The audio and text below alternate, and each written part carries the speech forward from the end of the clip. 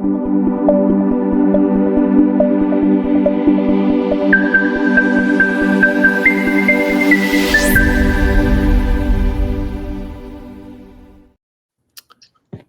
to a video that we're putting together today on distance learning and some best practices really in that space. And I am Andrew Easton with the ESU Coordinating Council, and really grateful to welcome Christina Schrader with ESU 5 and Kelly Garcia, also with ESU 5's World Language Program. We have had the opportunity to connect with World Language Program from ESU 5 to get some of our best DL teachers in the state to offer some insights from their experience with doing this work full time. And so we're going to explore a myriad of different topics throughout this series. And the one we're going to get a chance to entertain on this particular video is going to focus on classroom management. And so we're going to lean into Kelly and Christina's experience with thinking through what that means to do this via Zoom or your video conferencing platform. And so as a former teacher myself, I definitely know that classroom management is a big piece when it comes to making sure that learning is occurring, that there's a quality experience there, like in the room. And I'm wondering from the two of you, I guess, what is it like to establish those things and maintain a great classroom culture via video? So Kelly, Christina, welcome. Feel free to answer that question and kind of take it from there. Kelly? I was going to let you take the lead on this one, but okay. So classroom management, again, is a big piece of teaching whenever you're either teaching in person or on Zoom as well. I think that personally, one of our biggest strategies that we have that are supportive to us is having the proctor in the room on site with our students. That relationship and that friendship is something that is going to help so much with the classroom management piece of the teaching of Zoom. That is so true. We can't do our job effectively without an effective proctor in the room. So when a student may be acting up or being silly or something, they're going to be our boots on the ground, so to speak, and they're going to go stand next to that student, you know, or else we can just say, hey, I see Susie's doing a great job here, and just call out the positive to draw the student's attention back, just like you would in a regular in-person classroom. Kelly, and I love that. And I like thinking too, that there are some best practices in an in-person setting that might just look a little bit different, right? Or are facilitated, as you're saying there, by the proctor, by the person who's actually in the space. And maybe it's just leveraging them for some of those things that you might otherwise be inclined to do if you were physically in the space. So with that then, and thinking through some of the things that maybe are familiar to teachers watching this, that are things that just kind of look a little different maybe via video conferencing. What's another one that you might bring up? Oh, wow. Christina, what you got? You know, Andrew, you said that might look a little bit different via Zoom. I really don't feel like certain things are very different. I think that mainly the good strategies that teachers already use in class are what is most important over Zoom as well too. You know, effective seating charts. I always ask my proctors at the beginning of the year to start that off for me, because they're in the building and they know those students really well. So they know who works well together in certain classes and who doesn't. And then by them putting that seating chart together, then I can really start to learn the students' names. And I think that that personal connection as well too really helps to keep the students on task and keep them focused.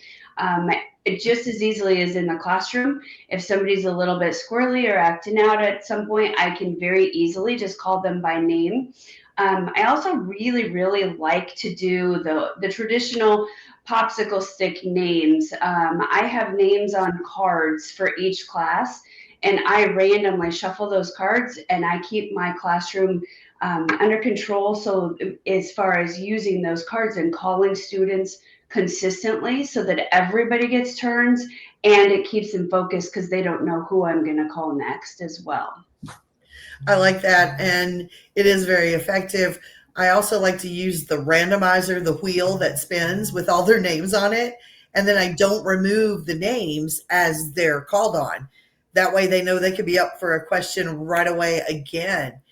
And calling students by their name having those conversations as they come in, having a bell ringer is very important to get them settled down and get them in the mindset of, oh, I'm going to learn some stuff now.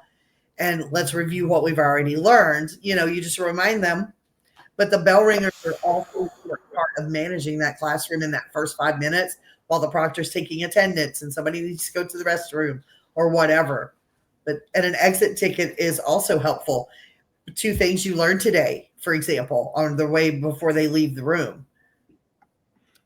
Gosh, I love thinking through all that. And I'm going to do kind of 2 things here. One, juxtapose this with an asynchronous learning experience, which I think you can learn via the asynchronous program.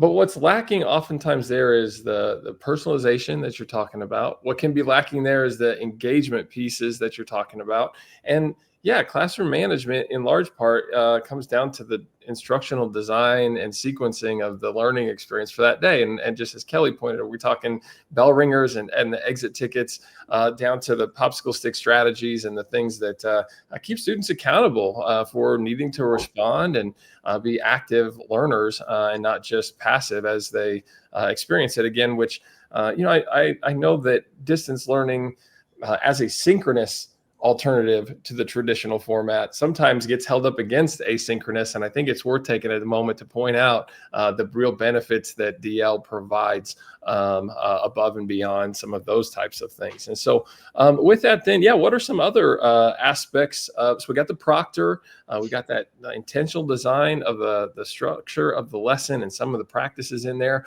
What other factors go into helping students stay on task? Well, we have to get them motivated and make them believe that they can learn. And that's how our program is built.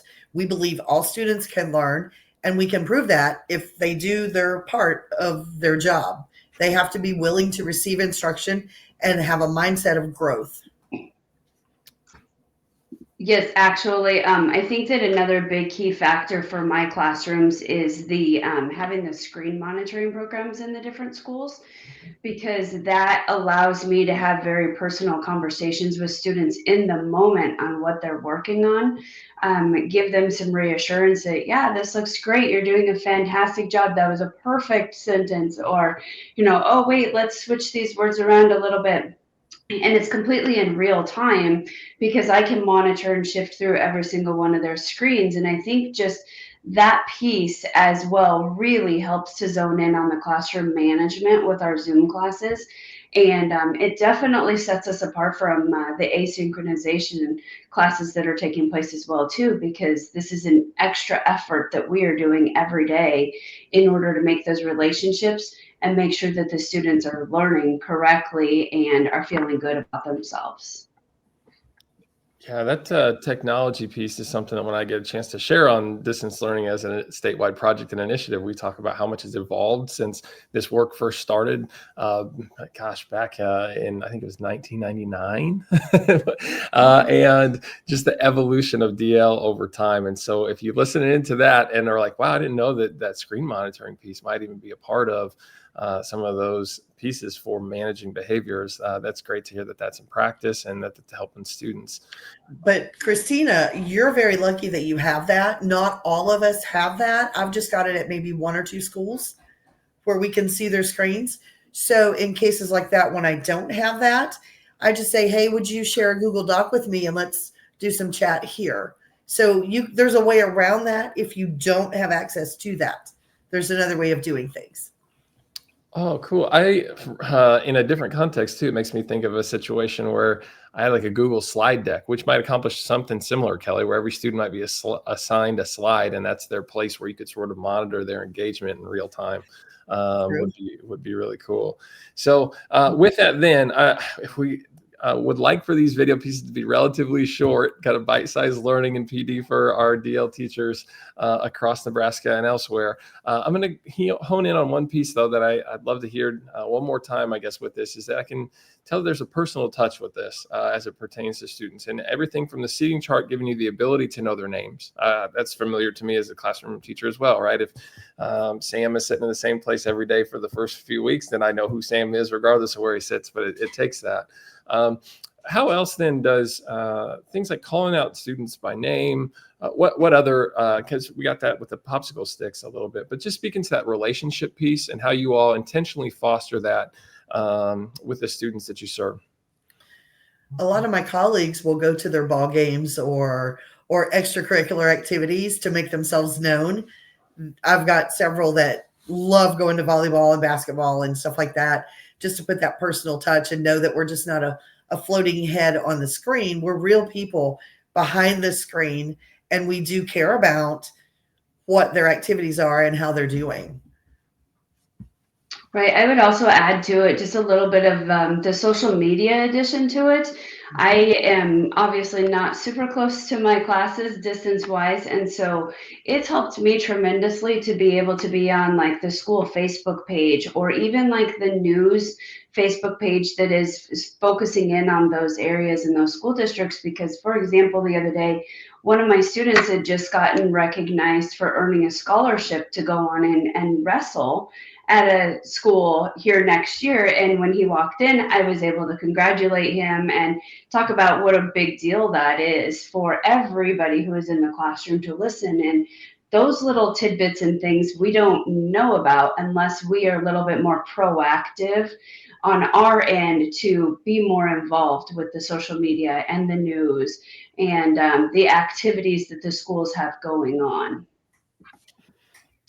So love that. And then students see you as being embedded as part of the community, even if you're not able to be there in person immediately, you're still part of the learning community that's tied to that school. So, well, thanks for those insights. And really, I want to take a moment with most of these videos and say thank you to the entire ESU 5 World Language Department for your collaboration. You are some of the best DL teachers in the state, no doubt about it. And we're really grateful to have your insights throughout this entire series. And so make sure folks check out the other videos that we have available as they, we'll share other aspects of this work. You might hear similar ideas to here, but from different speakers, and also the opportunity to, just get that framed in a slightly different way or see where this sort of overlaps, right? So we covered a lot of great ground today and look forward to sharing out in other videos. So be sure to look at those, whether it's on the NVIS page or on YouTube. And so Kelly, Christina, thank you for your time. Thank you.